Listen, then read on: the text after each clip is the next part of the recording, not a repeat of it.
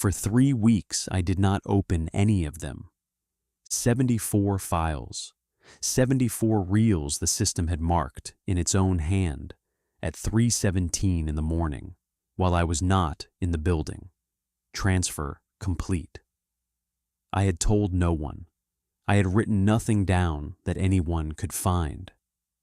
I had simply kept working, the way you keep walking after you have stepped on something soft in the dark and decided not to look down at your shoe. The list of 74 sat in a folder on my desktop. I did not rename it. I did not back it up.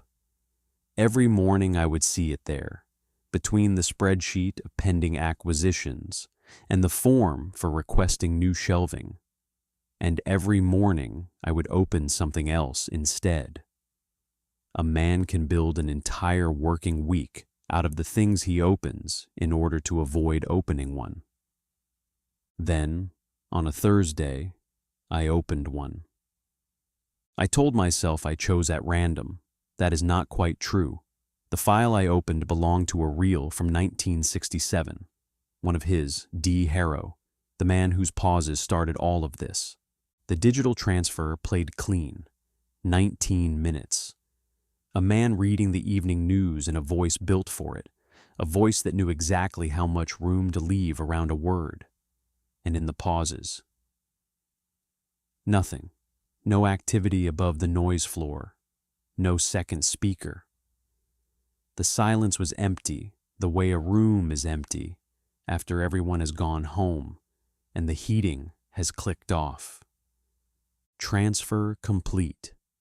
Whatever had been living in those gaps was not living in them anymore. I should have stopped there. Empty silence is good news if you are an archivist. It means the work is finished. The reel is preserved. The anomaly is gone. The file can be closed. A reasonable man closes the file. Instead, I pulled his personnel file. We keep them. Everyone who ever held a contract with the broadcaster, back to 1951. A folder, a number, a few brittle pages, kept in gray boxes in the east stacks where the air is dry and the light is the color of weak tea. Harrow's folder was thinner than most. Date of hire, 1961. Position, senior announcer. A commendation from 64. A single typed line about the broadcast of the 22nd of September, 1967. The night he stood up in the middle of the bulletin and did not come back to the chair. Reason given, none. And then, near the back, the death notice. June 1968. Cause, heart failure. 9 months after the broadcast, almost to the day. I knew that broadcast. I had its transcript on a shelf 2 floors down. During the bulletin, in a gap that lasted exactly 4 seconds, the voice had said, "He won't return. Check the log." I had filed that line 2 years ago as a correction to a news item, a politician who had walked out of a vote and was not expected back. I had been wrong about who it meant. He won't return. It was not about the politician. It was about the man reading the news. He stood up, and he never came back to that chair. And something in the silence of his own broadcast knew it before he did, and told the tape, and the tape kept it for 58 years until I came along and misunderstood it. That was all the folder was supposed to contain. A life reduced to the 8 or 9 pages an institution needs in order to prove a person was once employed. But folded into the middle of it, between the contract and the death notice, were 11 pages that did not belong. Loose, handwritten, not on letterhead, not stamped, not initialed, not indexed. There is no entry for them anywhere in the catalog, and I built half that catalog with my own hands. Someone put them there. I do not know who. I do not know when. The folder was digitized in 2009, and the pages are in that scan, so it happened before then and after 68, and that span of 41 years is the entire width of what I can actually prove. They were a diary. His. The same upright signature as the contract. The first page undated. The last page dated the day before he died. I am not supposed to read private papers. There is a procedure for material like this. You log it, you flag it for review, you do not take it back to your booth. I read them. The early pages are ordinary, and the ordinariness is the worst part, because it makes the rest believable. A man complaining about his hours, the canteen coffee, a producer he disliked and recorded disliking in even, fair-minded sentences. He writes the way people wrote then. Full sentences. Nothing wasted. A man who assumed a sentence was a thing you were obliged to finish. The first strange entry is from October 1967. A few weeks after the night he walked out of the bulletin. I have started to notice the quiet, not the dead air, which any announcer fears and trains himself against. The small quiet, the half-second between one word and the next, when I am reading. It used to be nothing at all. Now it has a weight to it. The way a room has a weight when someone has come in behind you and is standing there and has not yet spoken and is in no hurry to. I told myself it was the new monitor speakers. I had the engineers look at them. They are fine. The fault, they assure me, is not in the equipment. He had the speakers checked. Of course he did. So would I. So did I, in my own way. 3 weeks of it.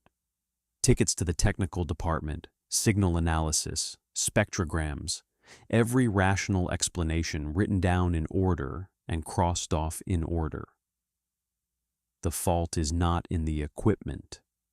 I have signed my own name under that exact finding more times than I would like to count.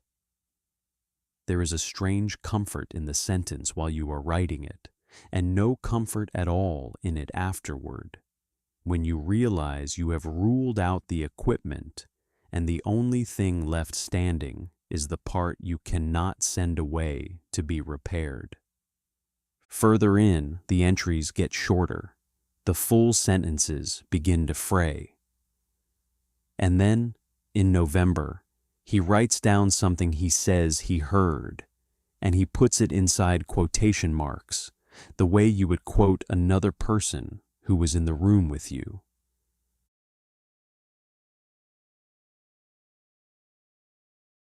The quiet between your words is not empty.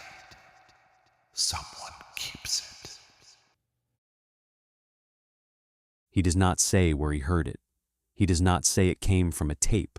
He simply writes it down in quotation marks and underneath in the same steady hand. I did not imagine this. I have a transcript of every word that voice ever spoke across 14 reels. 41 corrections, all of them exact, all of them placed in the pauses, never once laid over a living word. I know its phrasing, I know the shape of it. I would know it anywhere. Those 9 words are not in my transcript.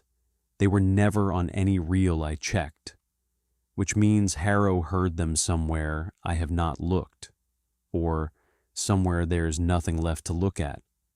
I wrote that second possibility down in my own notes, and then I drew a line through it because it is not a finding.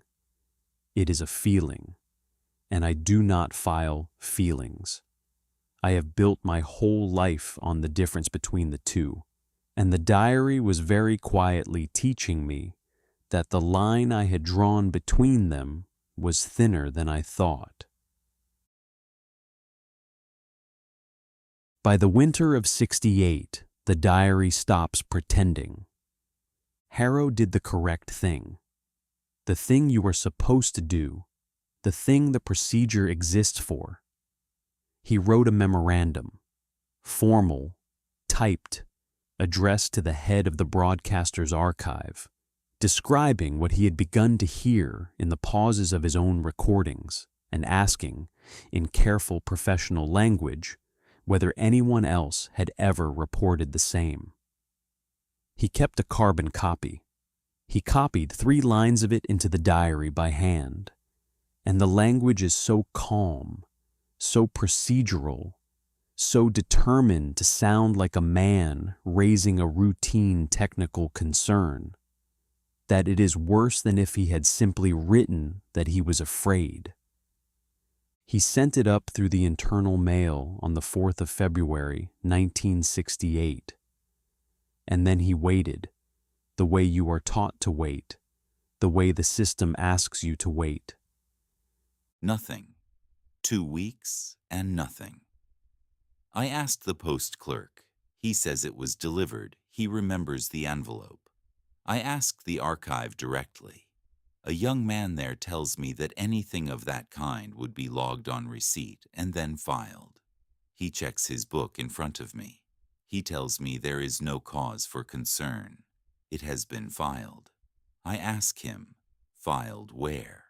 He cannot say. It is in the system, he tells me, and he says it kindly, as though that should settle it. It has been handled. It has been handled. I have said those words to other people.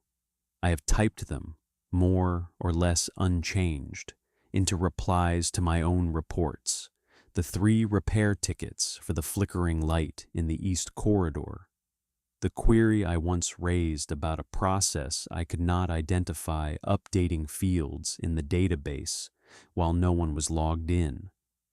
No anomalies detected. System operating normally. The most frightening sentence any institution owns is the one that means, "We have made your problem disappear, and we are not going to tell you where it went." Then Harrow writes that he heard the voice again. And this time he writes down what it said to him about the memorandum.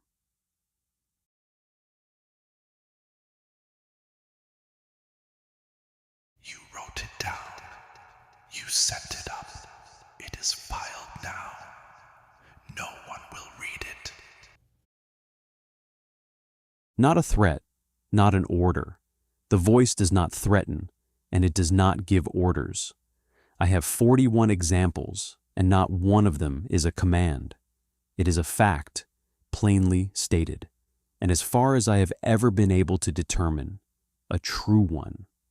The voice has never once been wrong.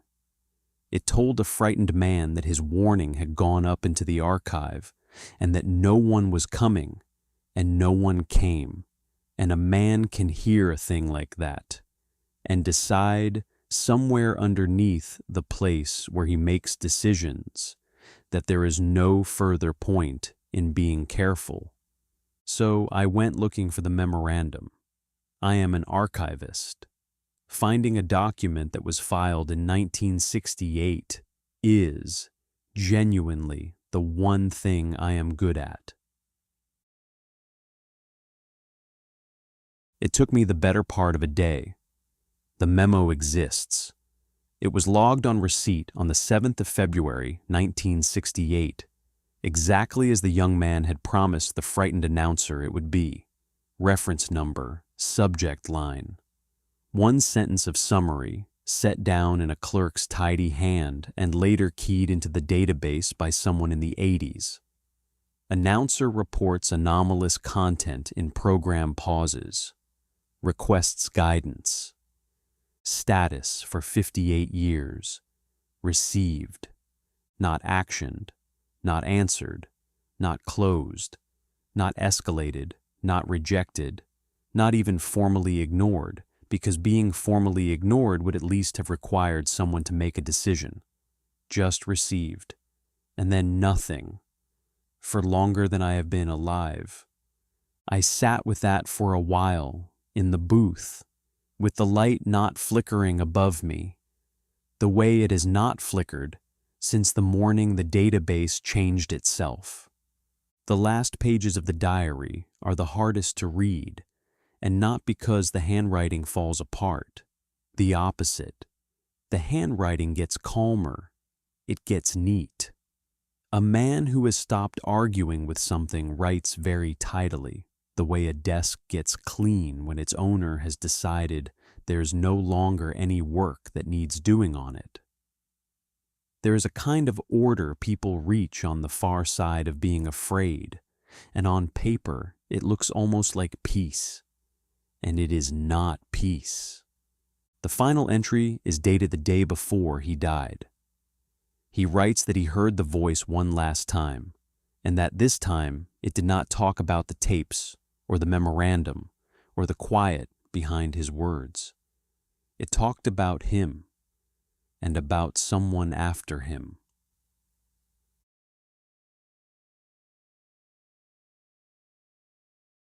You are not the one. You hear pieces of us. After you there is one who will hear us whole. Whether you stay or not changes nothing. Harrow underlined one phrase, pressing hard enough that the pencil scored the page beneath, not the one, and underneath it he wrote, in that same calm hand. Then what was the point of any of it?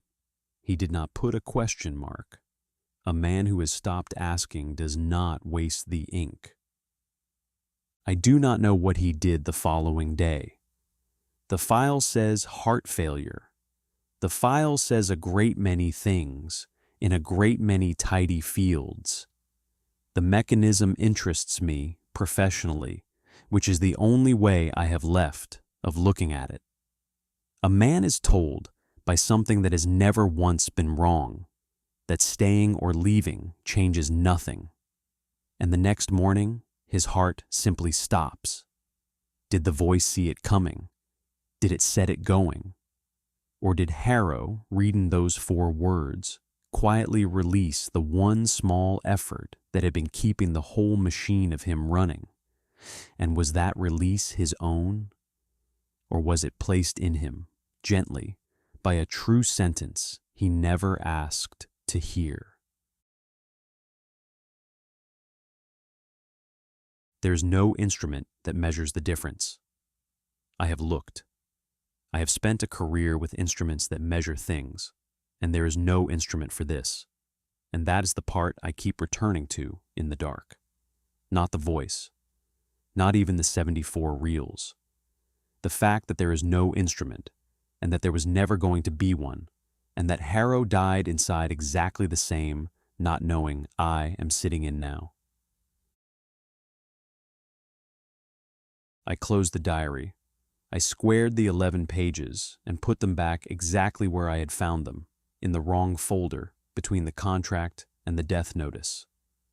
They are not mine to file correctly, and, if I am honest, I do not want my name attached to the record of the moment those pages were finally placed where they belong, because in this archive, that moment seems to be a thing that happens to people, rather than a thing they do.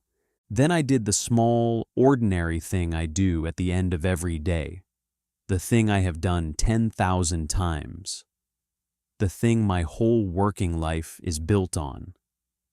I checked the log, the memorandum's record, reference number from February 1968, the field that had read, received for 58 years.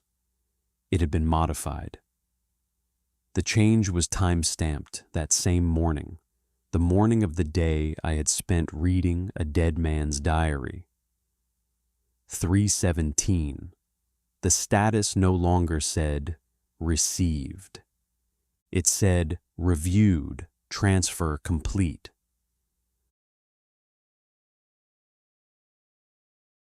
No reviewer name. The field where the reviewer's name is supposed to sit was blank. Blank the way it is blank on the 74 reels. blank the way it is blank on the record of whoever finished cataloging the collection after the woman in 1971 stopped mid-page and went home and did not come back. 58 years late, someone read Harrow's warning. Last night, while I was not in the building. I am not going to pretend I know what that means. I know only what it does not mean. It does not mean the work is finished. In this archive, transfer complete has never once meant that a thing was over. It has only ever meant that it had moved. Harrow asked, in the dark, the night before he died, what the point of any of it had been. I have his memorandum open on my screen as I record this. Received, February 1968. Reviewed last night at 3:17 by no one. I keep wanting to write a reply. I have not yet decided who it would be to.